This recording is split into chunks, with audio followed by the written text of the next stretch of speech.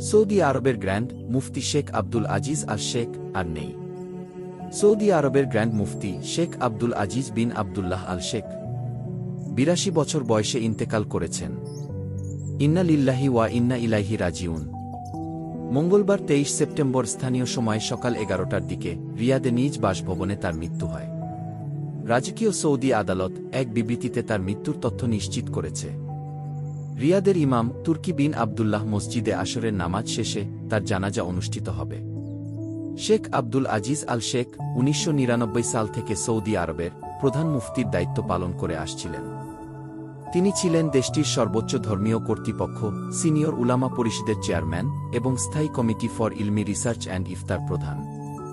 এর আগে এই পদে ছিলেন শেখ মুহাম্মদ বিন ইব্রাহিম আল শেখ এবং শেখ আব্দুল আজিজ বিন বাজ। ১৯৪৩ সালের ৩০ নভেম্বর মক্কায় জন্ম নেওয়া এই শীর্ষ ইসলামিক ব্যক্তিত্ব অল্প বয়সে পিতৃহারা হন এবং শৈশবেই কোরআন হিফাজ করেন। বিশের কোঠায় দৃষ্টি হারালেও শারিয়াহ অধ্যয়ন অব্যাহত রাখেন তিনি। একাধারে তিনি শিক্ষক, ইমাম, খতিব ও গবেষক ছিলেন। ইমাম তুর্কি বিন আবদুল্লাহ মসজিদ ও আরাফার নামিরা মসজিদে বহু বছর খুতবা প্রদান করেছেন শেখ আব্দুল আজিজ আল শেখ। তিনি ১৯৮১ সাল থেকে ২০১৬ সাল পর্যন্ত টানা ৩৫ বছর হজের খুতবা প্রদান করেছেন। ২০১৬ সালে বার্ধক্যজনিত কারণে তিনি এ দায়িত্ব থেকে অবসর নেন।